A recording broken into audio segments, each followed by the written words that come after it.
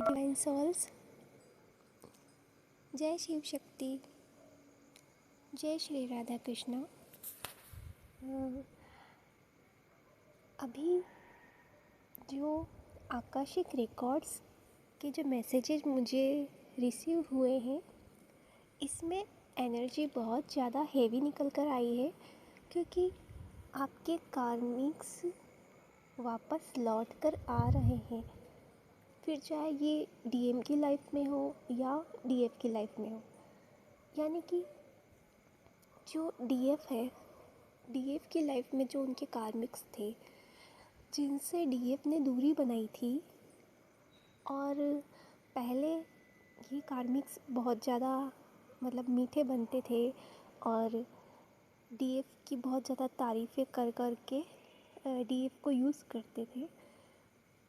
तो भोली भाली सी डीएफ उनके जाल में हमेशा फंसती रही। लेकिन जब डीएफ अवेकन हुई, तब उन सभी डीएफ जो अवेकन हो जाती है वो पहचानने लग जाती है कि कौन सच्चा इंसान है और कौन एक नकाबी इंसान है जो अपने छुपे हुए चेहरे सामने नहीं आने देता, और उसके जो बाहरी चेहरा है वो तो बहुत भोला भाला सा वो प्रेजेंट करता है डीएफ के सामने। लेकिन उसके पीठ पीछे का जो चेहरा होता है ना, वो कहते हैं ना, मुख में राम बगल में छुरी।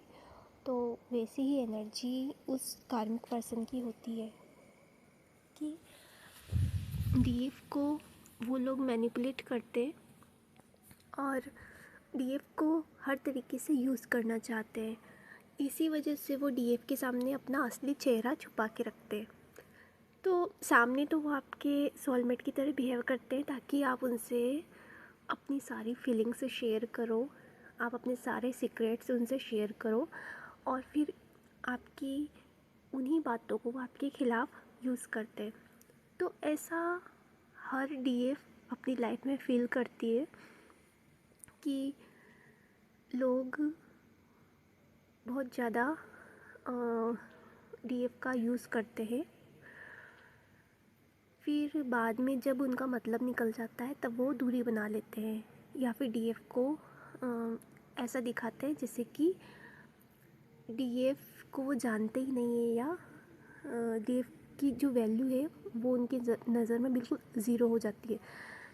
तो एक वक्त ऐसा होता है कि जब डीएफ को वो इतनी प्रायोरिटी दिया करते थे और फिर अचानक से डीएफ की वैल्यू उनकी नज़रों में बिल्कुल ज़ीरो हो जाती है। तो ऐसा कैसे? एक्चुअल में वो लोग नार्सिसिस्ट होते हैं।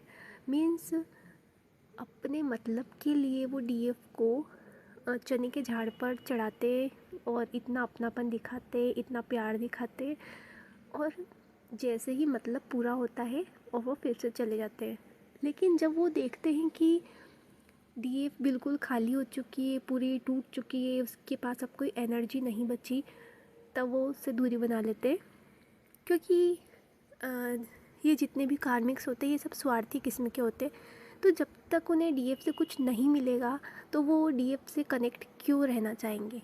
क्योंकि डीएफ के पास वो आते ही एनर्जी के लिए है, क्योंकि उन्हें पॉजिटिव एनर्जी अट्रैक्ट करती है ना। तो वो डीएफ से वो सारी एनर्जी लेकर चले जाते हैं और डीएफ ड्रेन होती रहती है। तो जब डीएफ बिल्कुल पूरी तरीके से ड्रेन हो जाती है, उसके पास कुछ नहीं बचता, तब कार्मिक्स उससे दूरी बना लेते हैं। और जैसे ही डीएफ अपना इनर वर्क फिर से स्टार्ट करती है और अपने खुद को संभालती है और फिर से टूट कर बिखर कर फिर से उठने की कोशिश करती है, यानी कि फिर से वो एक रीबर्थ की एनर्जी में आती है और गॉड से कनेक्शन बनाती है, तब उसके पास फिर से एक नई पावर जनरेट होती है और उसी पावर से अट्रैक्ट होकर कार्मिक फिर से उसकी तरफ आना चाहते हैं। तो अभी ये जो टाइमलाइन शिफ्ट हुई थी होली के आसपास, ये जो रेड मून की एनर्जी से जो एनर्जी का क्रिएशन हुआ था, तो कई सारी पॉजिटिव एनर्जीज़ डीएफ को इस दौरान दी गई थी उसकी इनर वर्क की वजह से। और इसी पॉजिटिव एनर्जी की वजह से डीएफ का ऑरा स्प्रेड हुआ है। उसकी जो पॉजिटिव एनर्जी की जो फ्रिक्वेंसी थी वो हाई हुई है, और इसी वजह से जो कार्मिक्स डीएफ से दूर हो गए थे, या डीएफ ने खुद ही उन्हें अपनी लाइफ से बिल्कुल दूर कर दिया था, तो वही लोग, जो पुराने लोग थे, वही लोग फिर से लौट कर डीएफ की लाइफ में आना चाहते हैं। और अभी कई सारे डीएफ ने ये चीज़ महसूस की होगी कि उनके कुछ पुराने फ्रेंड्स, पुराने पार्टनर, या ऐसा कोई कार्मिक पार्टनर, जिसमें कोई भी हो सकता है, चाहे तो वो आपके फैमिली मेम्बर्स भी हो सकते हैं, या फिर आपके कोई ऐसे एक्स हस्बैंड, या जिसको आपसे मतलब पहले आपने कोई रिलेशन रहा हो आपका, और बाद में आपका उससे बिल्कुल कनेक्शन कट हो गया। मतलब पहले वो इंसान आपको दिखाता था कि उसको आपसे प्यार है, और उसने आपको अपने जाल में फंसाया और आपको बहुत ज़्यादा मैनिपुलेट किया, और आपसे मतलब हर प्रकार की पॉजिटिविटी लेने के बाद फिर से वो चला गया। तो ऐसा उसने कई बार आपके साथ किया होगा, और तभी आपने उस पैटर्न को समझा होगा कि ये व्यक्ति इस प्रकार का है, और तभी आपका रिलेशन उससे कट हो गया होगा। या ऐसे जैसे कि किसी का डाइवोर्स हुआ होगा, किसी का ब्रेकअप हुआ होगा, या किसी का मतलब अपने पेरेंट्स से ही अगर कनेक्शन कट हुआ, तो ऐसे बहुत सारे कार्मिक्स आपके अलग अलग रूप में आपकी लाइफ में आते हैं। और देखिए, ये ज़रूरी, बिल्कुल भी ये ज़रूरी नहीं होता है कि कोई आपका पेरेंट्स है या भाई बहन है या आपके सगे संबंधी है तो वो कार्मिक्स नहीं हो सकते। डीएफ की लाइफ में एक्चुअल में 99% जो डीएफ या डीएम होते हैं ना, उनकी लाइफ में उनके पेरेंट्स और उनकी जो नियरेस्ट फैमिली होती है ना, वही उनके लिए सबसे बड़ी कार्मिक होती है। और डीएफ को उन्हीं से सबसे पहले अपने आप को सेफ रखना होता है, क्योंकि वही लोग नार्सिसिस्ट एनर्जी में होते हैं, जो कि डीएफ को इतना ज़्यादा परेशान कर देते हैं कि डीएफ को समझ ही नहीं आता। वो एक मेंटल डिप्रेशन में चली जाती है। उसको लगता है शायद मुझ में ही कोई कमी है, या मैं ही बुरी हूँ। क्योंकि ये जो लोग होते हैं नार्सिसिस्ट, ये एनर्जी वेम्पायर्स की तरह काम करते हैं कि पहले तो वो आपको इतना ज़्यादा प्यार दिखाएंगे, और जैसे ही आप इमोशनल हो जाओगे, तब अचानक से वो आपको इमोशनल सोल शॉक देंगे, और फिर आपको अपमानित करेंगे, और आपको कुछ ऐसा बोलेंगे जिससे आप अचानक से शॉक्ड हो जाओ कि ये क्या हो रहा है। मतलब जो इंसान एक तरफ मुझसे प्यार दिखा रहे हैं, और वही जब मैं अपनी सेल्फ ग्रोथ के लिए एक्शन लेना चाह रही हूँ, या मैं अपने करियर के लिए या स्टडी के लिए या अपनी खुद की सेल्फ ग्रोथ के लिए, सेल्फ डेवलपमेंट के लिए जब कोई बात कहती हूँ या उनसे हेल्प मांगती हूँ, तो वो लोग दूर हो जाते हैं। पर ये लोग होते हैं ना, ये आपको खुद से दूर भी नहीं जाने देते, क्योंकि जैसे ही आप कहते हो ना कि वाह ठीक है, आप मदद मत करो, मैं किसी और से हेल्प ले लूँगी, तभी आपको फिर से प्यार दिखाने लगते हैं और अपने चंगुल में फंसा कर रखना चाहते हैं। तो ये साइकिल रिपीटेड होती रहती है डीएफ की लाइफ में, और इसी वजह से डीएफ अपनी लाइफ में काफ़ी लंबे समय तक आगे नहीं बढ़ पाती है, सेल्फ डिपेंड नहीं हो पाती है, क्योंकि डीएफ के साथ यही चीज़ होती रहती है कि ये लोग ना तो आपकी मदद करते हैं, ना ही आपको कहीं और से मदद लेने देते हैं, और आपको इतना ज़्यादा अकेला कर देते हैं, और इतना ज़्यादा आपको कमज़ोर कर देते हैं हर तरीके से। आपके फ्रेंड्स से आपको ये बिल्कुल दूर कर देंगे, आपको फाइनेंशियली बिल्कुल भी ये स्ट्रॉन्ग नहीं होने देंगे, और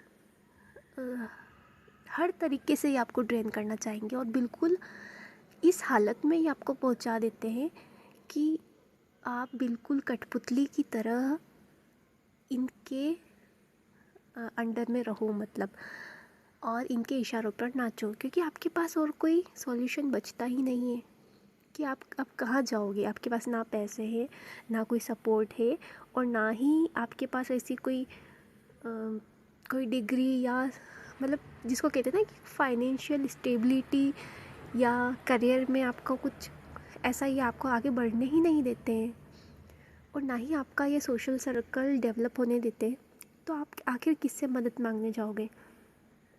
तो यही सबसे बड़ी इनकी पावर्स होती है कि ये आपको मैनिपुलेट करके बार बार अपने जाल में फंसाए रखते हैं। यानी कि कभी तो आपको प्यार दिखाएंगे, अपनापन दिखाएंगे, और अचानक से कभी कभी ये दुश्मन की तरह आपके साथ बिहेव करेंगे। तो इन्हें ही कार्मिक कहा जाता है कि ये आपको अपनी जर्नी में आगे नहीं बढ़ने देना चाहते हैं। तो डीएफ ये जब जान जाती है कि इनकी फैमिली ही इनके लिए सबसे बड़ी प्रॉब्लम क्रिएट करने वाली रही है शुरू से, तो ये डीएफ अक्सर क्या है ना, अपनी फैमिली से भी थोड़ा सा डिस्टेंस बनाने लगती है धीरे धीरे। जैसे जैसे इनकी स्पिरिचुअल पावर्स बढ़ती है ना, तो डीएफ थोड़ी स्ट्रांग होती जाती है और उनके मैनिपुलेशन में नहीं आती है।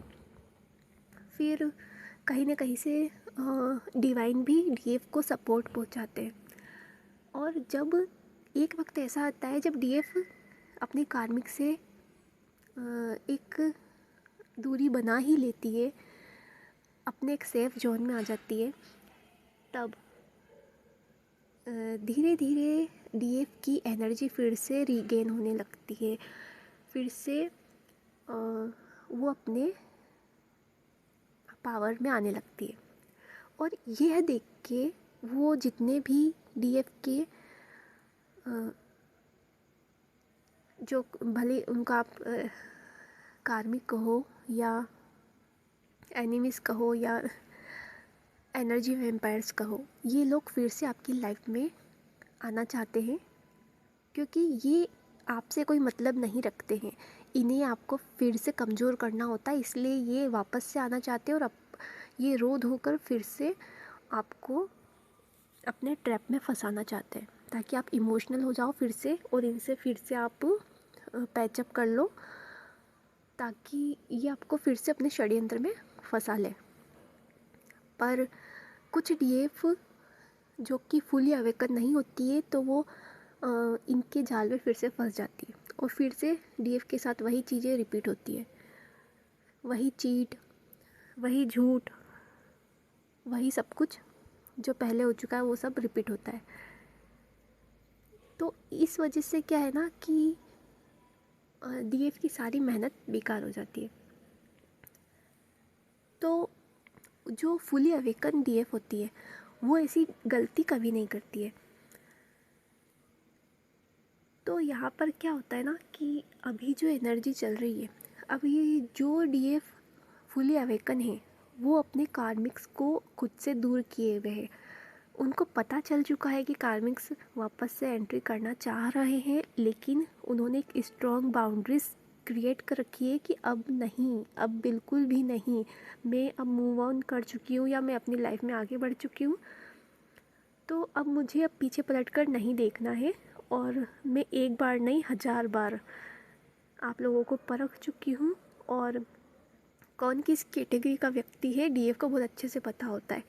तो डीएफ उनके उस जाल में नहीं फंस रही है जो अवेकन डीएफ है ना वो।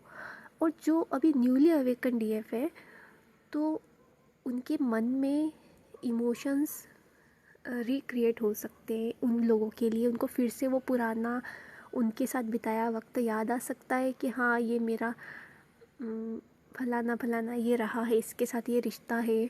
तो वो इमोशनल वाली जो एनर्जी है ना उसको कैच कर रही है, क्योंकि ये आपको इमोशनली ब्लैकमेल ही करते हैं।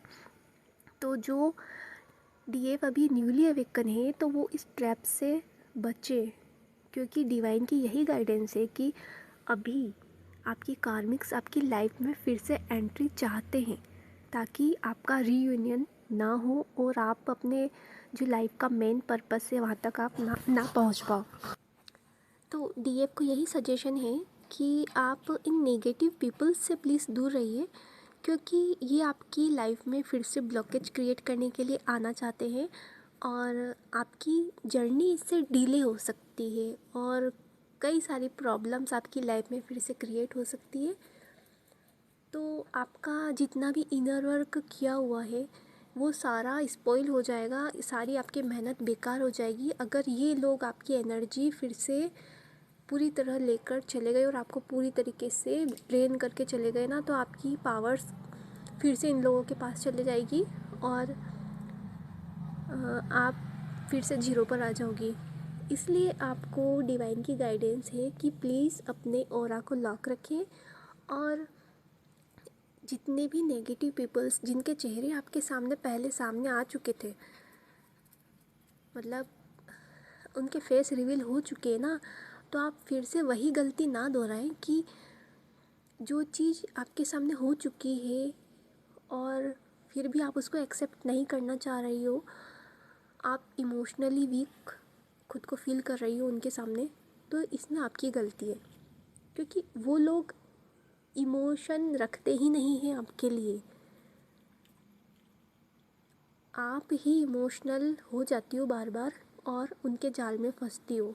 इसलिए आपको बस यही ध्यान रखना है कि आपको अपने कदम अपने डिवाइन पर्पस की तरफ आगे बढ़ाने हैं और बस आपको अगर डीएम आपके जो डिवाइन मस्कुलाइन है अगर वो चाहिए आपको अपनी लाइफ में, या आपको मान लो कि कोई सोलमेट के साथ ही अगर आपको लाइफ टाइम रहना है, या जो भी अगर आप सरेंडर कर चुकी हो तो डिवाइन आपको कुछ बेहतर ही देंगे आपकी लाइफ में।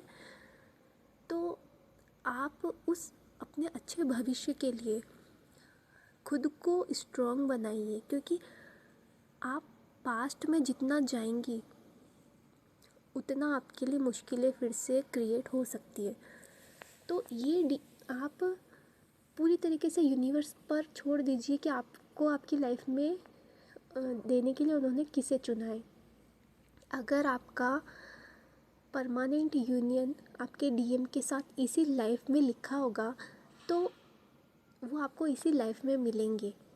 तो उसके लिए आपको अपनी एनर्जी को बचा कर रखना है और जल्दी जल्दी अपना इनर वर्क कंप्लीट करना है ताकि आपको आपके डीएम जल्दी मिल जाए।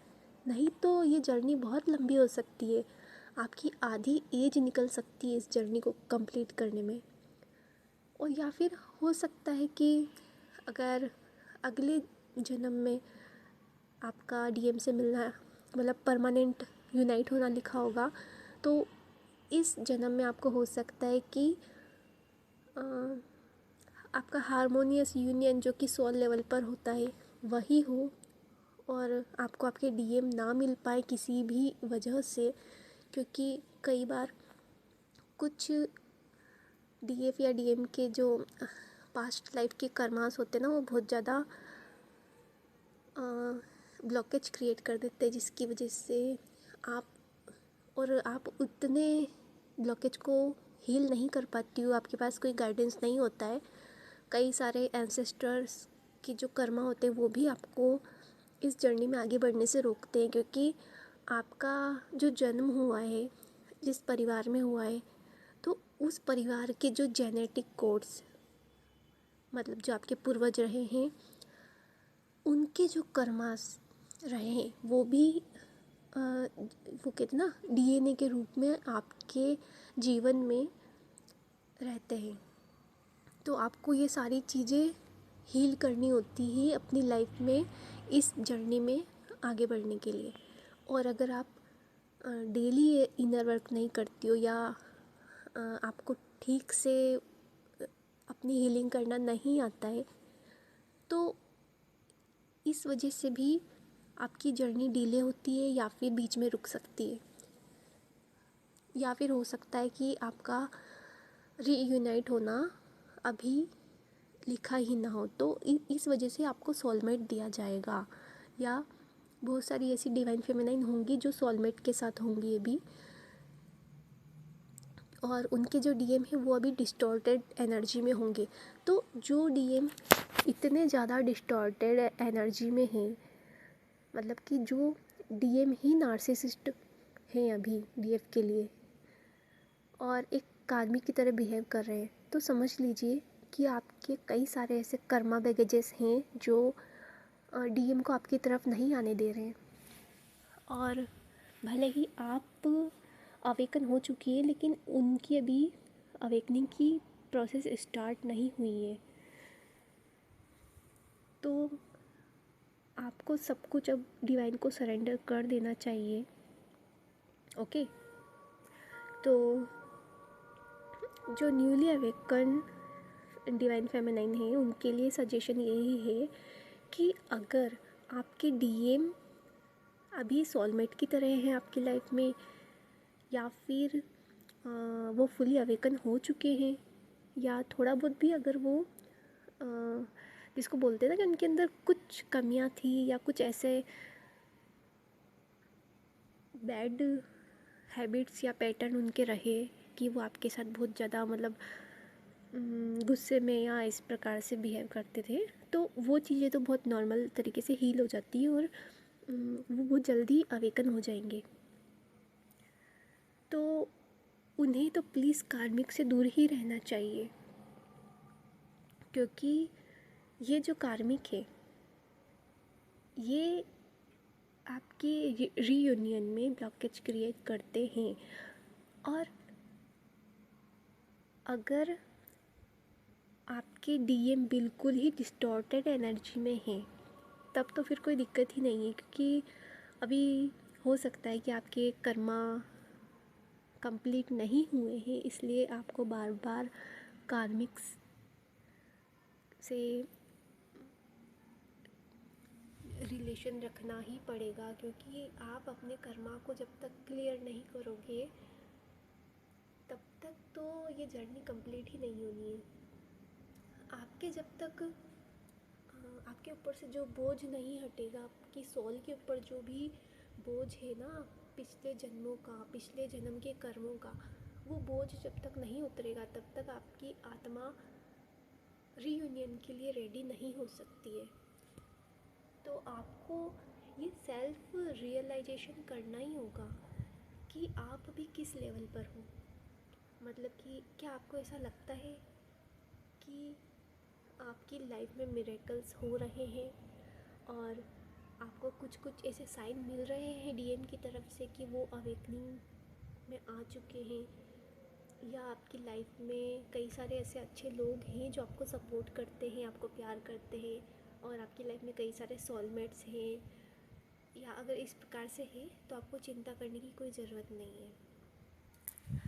लेकिन जो फीमेल मतलब जो डिवाइन फेमिनाइन अभी खुद ही इतनी ज़्यादा डिस्टॉर्टेड एनर्जी में है कि वो खुद ही डीएम को ब्लॉक कर रही है, डीएम से दूर भाग रही है, और उसकी खुद के अंदर ही काफ़ी सारा अभी एंगर इश्यू है, जेलस, और वो मतलब उनकी जो वर्बल जो उनकी कम्युनिकेशन है वो इतनी ज़्यादा हेटफुल है और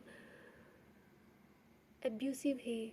तो समझ लीजिए कि अभी उन्हें बहुत ज़्यादा वक्त लगने वाला है इस जर्नी में, या हो सकता है कि इस लाइफ में उन्हें अपने कर्मा ही क्लीन करने पड़े, क्योंकि उन्हें हर जगह से सोल शॉक ही मिलना है उन्हें। अभी देखिए, मैं किसी को चने के झाड़ पर नहीं चढ़ा सकती कि आपका यूनियन हो ही जाएगा इस लाइफ में। मुझे तो जो गाइडेंस मिल रही है, मेरा काम आपको गाइड करने का है। मैं एक काउंसलर हूँ और मेरा काम आपको गाइडेंस देना है। तो मुझे नहीं पता कि यहाँ पर कौन वीडियो देख रहा है, कौन क्या सुन रहा है, कौन किस प्रकार से रेजोनेट कर रहा है इन बातों को, क्योंकि ये जो वीडियो है ये सभी के लिए समान रूप से काम करता है, क्योंकि यहाँ पर्टिकुलर किसी का पर्सनल सेशन नहीं है ये कि आपको मतलब आपके लेवल के अकॉर्डिंग ही यहाँ पर सजेशन दिया जा रहा है। यहाँ पर तो देखिए सब सुन रहे हैं ना, जो न्यूली अवेकन हैं वो भी सुन रहे हैं, जो फुली अवेकन हैं वो भी सुन रहे हैं, और जो अभी अपनी जर्नी के मिड लेवल में पहुंच चुके हैं वो भी सुन रहे हैं। और कई सारे ऐसे भी होंगे जो परमानेंट यूनियन ले चुके हैं अपनी लाइफ में, 3D मैरिज भी अट्रैक्ट कर चुके हैं, जो खुद भी एक काउंसलर की भूमिका या लाइट वर्कर की भूमिका कहीं ना कहीं निभा रहे होंगे। या फिर कुछ ऐसे भी होंगे जो अभी इस जर्नी के बारे में जानते ही नहीं हैं, उन्हें पहली बार ये वीडियो मिल रहा होगा, तो उनके मन में सवाल आ रहा होगा कि आखिर ट्विन फ्लेम क्या होता है। तो ऐसे लोग भी होंगे, और कुछ ऐसे लोग भी होंगे जो ट्विन फ्लेम जर्नी में तो होंगे, लेकिन डीएम और डीएफ अभी दोनों ही बहुत ज़्यादा डिस्टॉर्टेड एनर्जी में है। तो सभी लेवल के ट्विन फ्लेम्स यहाँ पर हैं। तो सबसे ये अलग अलग तरीके से रेजोनेट होगी। देखिए, ये एनर्जी जो मिलती है ये कलेक्टिव की एनर्जी होती है। आपको अपनी पर्सनल जर्नी, अपने लेवल को जानने के लिए आपको पर्सनल गाइडेंस लेना होता है। अब यहाँ मुझे नहीं पता है कि कौन डीएफ किस लेवल तक पहुँच चुकी है। ओके, तो जितना आपसे रेजोनेट हो आप उतनी जानकारी आप लीजिए, और उसके अकॉर्डिंग आप अपना आगे का इनर वर्क कीजिए। ओके, हाँ, तो हम बात कर रहे थे कि जो न्यूली अवेकन डीएफ है उन्हें अपने कार्मिक से बचना है, क्योंकि आप अभी अभी अवेकन हुई हो और अभी आपको बहुत लंबी जर्नी पार करनी है। और अगर आप स्टार्टिंग में ही इस प्रकार से रुकने लगोगी, आप बार बार कार्मिक्स की तरफ अट्रैक्ट होगी और आप लाइफ में लेट गो नहीं कर पा रही हो, मूव ऑन नहीं कर पा रही हो, जो चीज़ें आपको सर्व नहीं करती, जो डिज़र्व नहीं करती, आप उससे आगे ही नहीं बढ़ पा रही हो, तो आप कैसे अपनी जर्नी को कंप्लीट कर पाओगी। आपको स्ट्रॉन्ग बनना पड़ेगा, आपको त्याग तो करना ही पड़ेगा। देखिए, कार्मिक जो होते हैं ना वो बाहर वाले लोग नहीं होते। इस जर्नी में कार्मिक्स जो होते हैं ना वो आपके आसपास, आपके जो नज़दीकी लोग होते हैं ना वही होते। तो अगर आप उनसे दूर जाने का, अगर आपके अंदर फियर है, आप घबरा रही हो कि अब लाइफ में आगे क्या होगा, तो आप बहुत कमज़ोर हो भी। आपको भी बहुत ज़्यादा स्ट्रॉन्ग बनने की ज़रूरत है, क्योंकि ये जर्नी बहुत कठिन जर्नी है। लेकिन हाँ, अगर आप सच में एक डिवाइन फेमिनाइन हैं तो आपके अंदर कुछ हिडन पावर्स होंगी जो आपको एक आंतरिक शक्ति प्रदान करेगी कि आप सभी सिचुएशंस को हैंडल करते हुए अपनी जर्नी में आगे बढ़ पाओ। क्योंकि एक नॉर्मल लड़की या लड़का इस प्रकार से जीवन में इन सिचुएशन से गुजर नहीं सकता। आजकल की आप युवा पीढ़ी को देखिए, ज़रा सा डिप्रेशन होता है और वो लोग सुसाइड कर लेते हैं। ज़रा सा डिप्रेशन हुआ और वो लोग उनका जो बिहेवियर होता है वो बिल्कुल आतंकवादियों जैसा हो जाता है। वो अपने मतलब आपे से बाहर हो जाते हैं। तो ये जर्नी बहुत स्ट्रॉन्ग लोगों की जर्नी है, ये शिव शक्ति की जर्नी है। तो यहाँ कमज़ोर लोगों का तो काम ही नहीं है। आपको यह जर्नी आपकी पावर्स को याद दिलाने के लिए मिलती है, ताकि आप अभी जिस पावर को फील कर रहे हो, क्योंकि आपको जो इन परिस्थितियों से गुजारा जाता है तभी तो आपको फील होगा ना कि आपके भीतर कितनी शक्ति है, कि आपने जीवन के इतने मुश्किल पड़ावों को पार कर लिया आसानी से।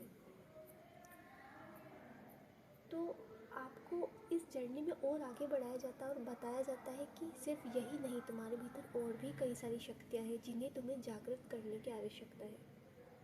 तो बस इसीलिए आपको ये जर्नी मिली है, तो ये जन्म आप अपना व्यर्थ ना जाने दें, क्योंकि आप बहुत भाग्यशाली हैं कि आपको ये बात इस ज़माने में पता चल पाई कि आप एक ट्विन फ्लेम यानी कि एक आध्यात्मिक जर्नी का हिस्सा है। मान लीजिए कि अभी तो सोशल मीडिया है, पहले फ़ोन नहीं हुआ करते थे तब भी ये जर्नी थी, है ना। लेकिन पहले ये जर्नी बहुत मुश्किल हुआ करती थी, क्योंकि पहले आपको इस तरीके से जो डायरेक्ट गाइडेंस अभी मिल रहा है, जो डेली की करंट एनर्जी अपडेट मिल रहा है, ये पहले नहीं मिलता था। आपको खुद ही सारी मेहनत करनी होती थी। पर आज देखिए ना, आपके पास सारी सुविधाएं हैं, आप कितने इजीली इस जर्नी में आगे बढ़ रहे हैं। तो आप प्लीज़ पॉजिटिव रहिए। यूनिवर्स ने आपके लिए कितनी सारी सुविधाएं कर रखी है। आपको सोशल मीडिया दे रखा है, आपको मोबाइल दे रखा है, लैपटॉप दे रखा है। दुनिया में कितनी सारी टेक्नोलॉजी अब डेवलप हो चुकी है। तो आपको तो अपने आप को लकी मानना चाहिए कि आप, और फिर आपको इतनी आसानी से यह भी पता चल गया कि आप एक स्पिरिचुअल पाथ पर हैं। तो आपको करना क्या है, केवल अपना इनर वर्क ही तो करना है, और यह इतना मुश्किल भी नहीं है। यदि आप ठान लें तो आप अपनी इस यात्रा को बहुत आसानी से पार कर सकते हैं। यदि आपके भीतर आत्मविश्वास है तो आप इस जर्नी में बहुत जल्दी सफलता पा सकते हैं। तो जो अभी डिवाइन फेमिनाइन अपनी यात्रा के मध्य में हैं, उनके निचले चक्रों की क्लींजिंग हो चुकी है, और उन्हें अब अगले टाइमलाइन में भेजा जा रहा है।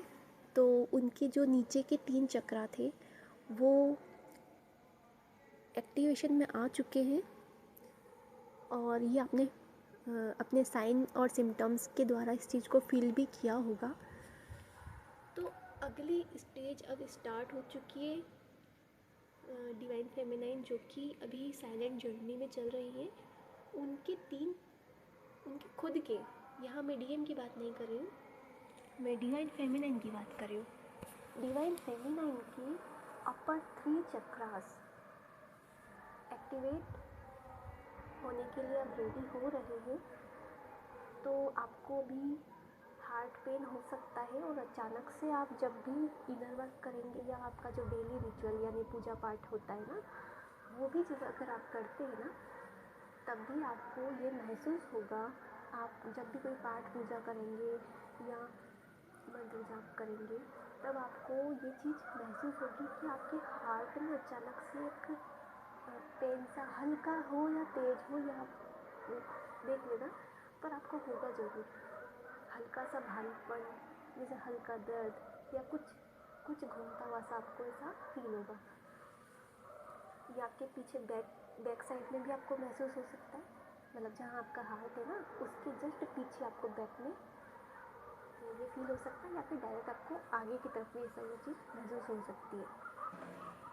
तो हार्ट से लेकर आपके नेक में, आपके थ्रॉट में, गले में, यहाँ पर वो एनर्जी का फ्लो आपको महसूस होगा, और वही एनर्जी आगे बढ़ते ही आपको फील होगी कि आपकी थर्ड आई में भी कुछ सेंसेशन होने लगा है। आपके कुछ हेड में भी आपको एक एनर्जी फील होगी। आपको हेडेक हो सकता है, आपकी आइज़ में आपको भारीपन या पेन महसूस हो सकता है, आपके गले में आपको कुछ दर्द सा या ऐसा भारीपन महसूस हो सकता है। तो आप समझ लीजिए कि अब आपके तीनों ऊपर के जो चक्रास है ना, उनकी क्लींजिंग की प्रोसेस स्टार्ट हो चुकी है, और अब वो एक्टिवेशन में बहुत जल्दी आने वाले हैं। और उधर आपके डीएम पर तो वर्क स्टार्ट हो ही चुका है। आपके डीएम के निचले 3 चक्रास की क्लींजिंग चल रही है, और आप पहले अवेकन हो गई थी, इसलिए अब आपके अपर चक्रास पर काम चल रहा है। ठीक है, तो ये वीडियो मैं यहीं पर एंड करना चाहूँगी। तो बाकी जितनी भी एनर्जीज़ या और भी जो आकाशिक रिकॉर्ड्स में मुझे जो चीज़ें दिखाई दी है, जो भी मैसेजेस मिले हैं, वो नेक्स्ट वीडियो में करना पड़ेगा क्योंकि ये वीडियो बहुत लंबा हो चुका है। Okay, thank you.